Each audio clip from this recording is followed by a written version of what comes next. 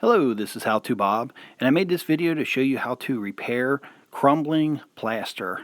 What we have is about 100-year-old house, and you can see the wall here is covered with wallpaper, and it looks like some water damage has occurred from the bathroom upstairs. And you can see the wallpaper is the only thing holding this plaster together, because if you touch the wall at all, it just crumbles behind the wallpaper. So what we're going to do is do a pretty sizable repair on this wall, just because it's just as easy to do a sizable repair as it is just to do a little patch. So you can see the whole wall kind of buckles when you push on it, and a little bit further down it gets a little more solid. So we need to find the solid spot, which is right there, and I'm going to use my multi-tool to cut out a straight line so that I can match my wallboard up to it in the following steps. So I cut a straight line here.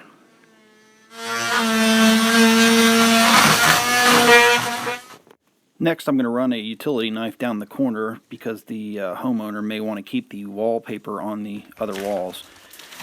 Once I get that all set, I can go ahead and start removing all the loose plaster.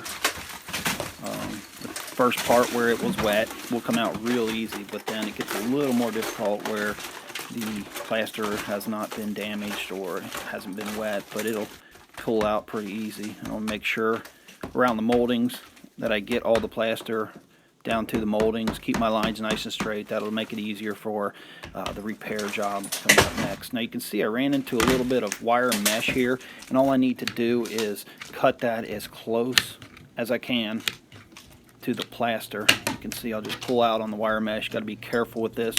Might recommend using some gloves for this, but just cut the wire mesh out, and then I'm going to go down to the baseboard and just clean out all the ends, all the corners, all around all the moldings, because that's where the drywall is going to sit.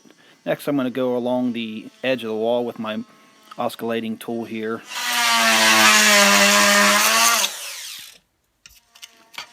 This will give me a nice straight line so that the repair will look much better. Now that I've got all of the old plaster out, I've got it out around the moldings. You can see there's just the slat boards behind it all the way down to the molding, and you can see I even stuck that out with a shop vac. My drywall will probably fit down in there, so that'll make it a nice tight seam. I'm going to go ahead and measure my studs here. You can see there's a stud here, here, here, and there's one on the corner here also. So what I'm going to do is measure to see where my seam is going to hit on the drywall, and hopefully it looks like it is going to hit right at 4 feet right here, so I can cut my drywall. There's also studs here and here, so it looks like that'll work out very well. I've got my drywall cut height wise, and I can slide it down into the molding, in behind the molding, and that'll give me a nice clean look. And I've got it pushed up against the wall as tight as it can be.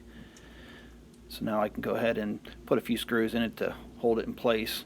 Now you can see the line on the side of the molding here is nice and straight, which is good. So now what I'm going to do is take a piece of scrap drywall, and you can see it's 1/2 inch thick, and there's a bump right there, or a line like a notch. It's too much to plaster it. Just to make it easier, what I'm going to do is take some liquid nail and run it along one of the studs, and I'm going to use some shims to put up there. So I'll just run a bead of liquid nail just to hold the shim in place until I can get the piece of drywall screwed in. And I've determined that it looks like 2 shims back to back will get me to the thickness of the plaster that I need. So I'll just liquid nail those on and push the shims into the liquid nail, and then run another bead of liquid nail down and stack my shims so that my 1/2 inch sheet of drywall will be flush with the existing plaster that's in good shape.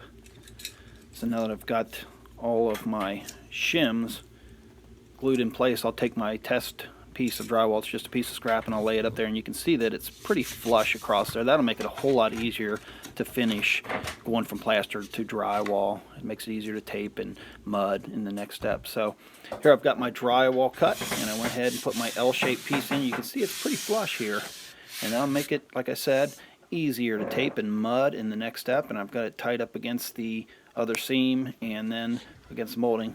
So then the next step is just to do your normal drywall mudding and tape, And then after that, I'm going to take the painter's caulk and run along the baseboards and the case molding and wipe that down. As you can see, once I get done with all of this, we got a nice clean repair job that's ready to primer and paint. And this is how you repair crumbling plaster in an older house. My name's How To Bob. Thanks for watching.